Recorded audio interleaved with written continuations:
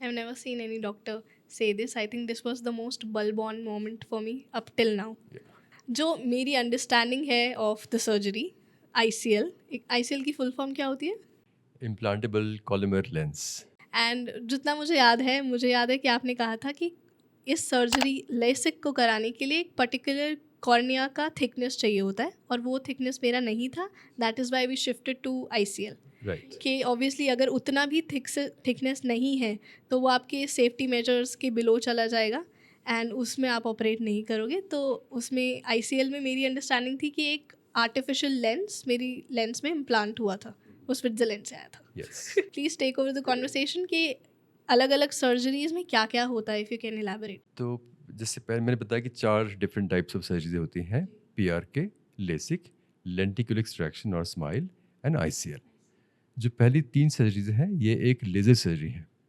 इसमें हम कॉर्निया जो कि काली पुतली हमारी है, उसमें से हम कुछ टिश्यू को रिमूव कर रहे हैं उसको रीशेप करने के लिए। ओके. हम उसको अगर हम सरफेस से रिमूव करते हैं उसको PRK कहते हैं। अगर हम एक लेयर को लिफ्ट करके फ्लैप को लिफ्ट करके उस फ्लैप के नीचे रीशेप करते हैं लेज़र से, उसको लेसिक कहते हैं। और अगर हम एक पॉकेट बना के उसमें से एक टिश्यू निकालते हैं तो उसको हम स्माइल भी बोलते हैं। ओके. पर तीनों में हम जो है टिश्यू कॉर्निया का रिमूव कर रहे हैं, as a result of which बाद में सर्जरी के बाद में जो कॉर्निया है वो और थिन हो जाती है।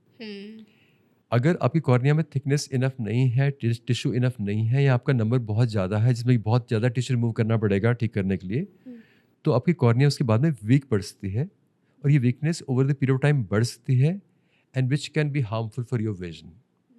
नंबर फिर से आता है, बहुत ही कॉम्प्लिकेटेड नंबर आता है, आईज वीक पड़ती हैं। So was something called corneal ectasia. या और also can be called keratoconus, post LASIK keratoconus also. तो उसका डर होता है।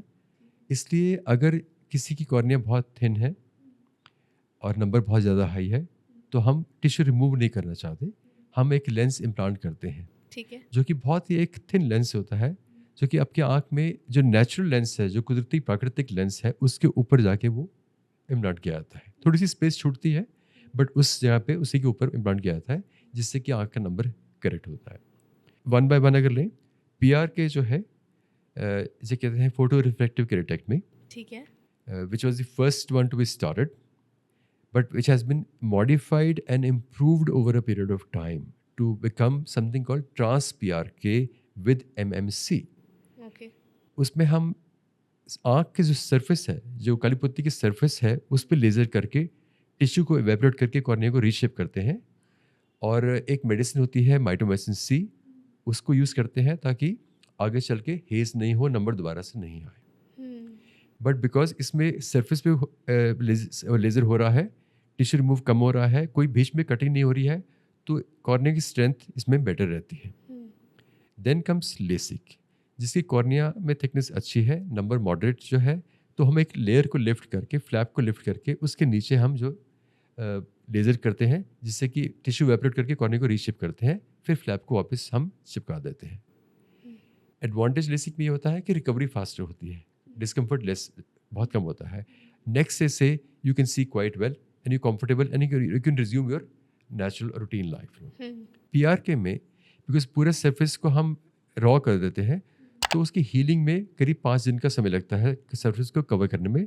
5 दिन तक काफ़ी डिस्कम्फर्ट रहता है, तो आपको अपने जो भी आप काम कर रहे हैं, आप पढ़ रहे हैं, या if you are employed, you have to take about say a week off from your work, no? Okay. So it is more time consuming and आँख में डिस्कम्फर्ट काफ़ी रहता है करीब 2-3 दिन तक। That is the reason why it is not preferred, but it is cheaper, it is safer, दो more uncomfortable and takes more time, Got it. and it is as accurate as any other surgery. LASIK is slightly more expensive, but the recovery is faster.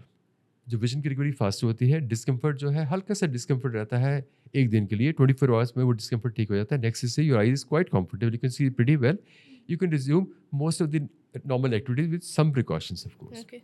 So is the smile or lenticle extraction also. There also the recovery is much faster. ठीक है. Though the tissue removed is slightly more in smile in for small numbers, and In case some number is left behind, then reshaping is not possible. So there are some limitations also, but there are some advantages too.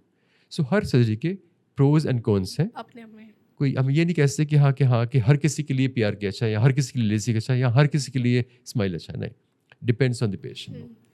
Then comes the ICL, and whereby we implant an artificial lens inside the eye. We are not removing anything.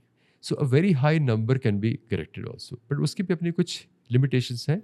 There should be enough space in the eye to accommodate the lens and not to crowd the tissues. अगर space कम है, lens डालने से कुछ crowding होती है, तो आँख का प्रेशर बढ़ सकता है, which can be harmful also. Because we're entering the eye and putting foreign body inside the eye, so there's a small risk of introducing infection also. Those risks are very, very small. But we are not removing anything.